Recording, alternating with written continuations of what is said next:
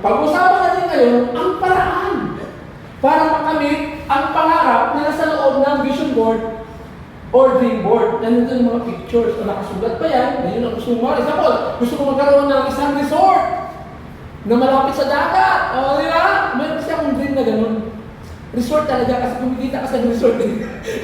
Kaya natutulong ko nag-mapasok sa mga resort, di ba? Gusto ko kasi ba may investment ako, kumikita yung investment ko.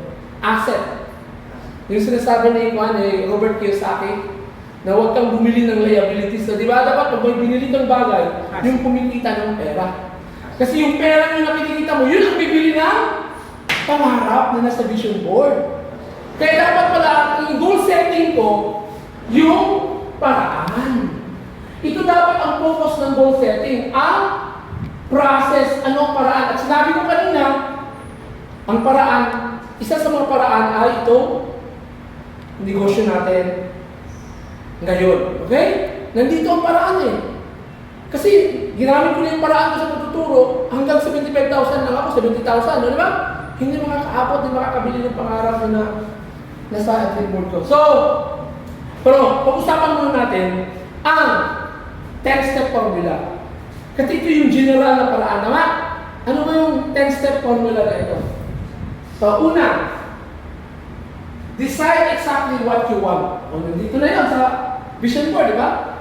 Decide exactly what you want. Mas detalyado, mas powerful. Mas detalyado, mas okay. Pero, example, kotse. Gusto mo ka ng kotse. Anong kulay? Di ba?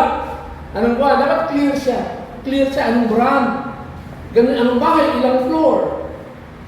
Ilang floor. So, dapat ilang floors yung gusto mong bahay. Dapat clear yun. So, yun, nakalagay na yan. So, decide exactly what you want.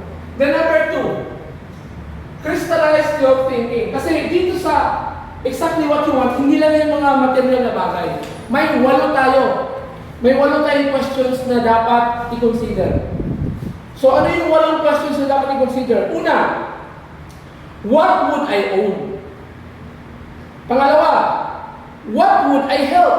Ano bang itutulong ko? Pangatlo, where would I go? Travel yun. Where would I go? Recently, pinapanood namin yung Switzerland. Sabi ko, punta tayo dyan sa Switzerland. Sabi ko sa asawa ko, okay? Punta tayo dyan. So, what would I do? What would I be? Then what would I create? Ano bang i-create ko? Then what would I contribute?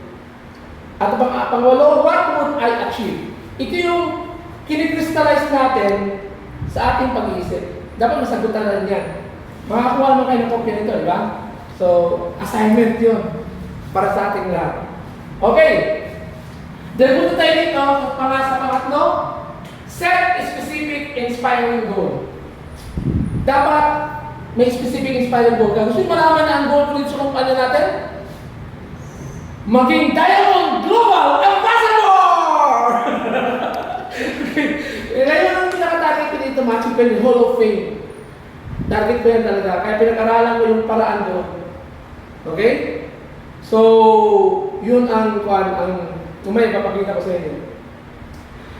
Then, establish deadline for your goals. Dapat may date ka. May date ka talaga. Kailan mo kukuha yung first million mo. Clear yun. Okay? Clear yun siya. So, itong nasa dream board natin, pwede nilagyan ng date. Pwede nilagyan ng date specific. Okay? Kung kailan mo makukuha yan. Next is, decide what you will do to reach your goal. Ito na papasok yung what you will do. Yung what you will do, yun na yung sa papasok sa goal setting na mag-focus ka na ngayon sa proseso. Then, have written action plans. Sinusulat talaga yan. Sinusulat talaga ang mga dapat gawin. Then, take enthusiastic action. Sabi ni Ma'am kanina, action.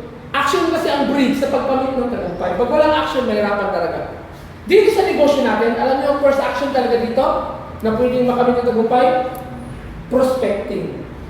Hanggang hindi ka nakarating sa prospecting, hindi pa totoong action yun. Okay? Pag pumasok ka na sa prospecting, may kinakausap na tayong mga tao, yun na yun. Okay. Next. Picture your goals.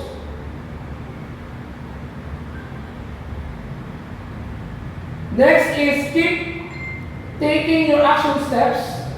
And number 10, persist with conviction. Yun ang 10-step formula.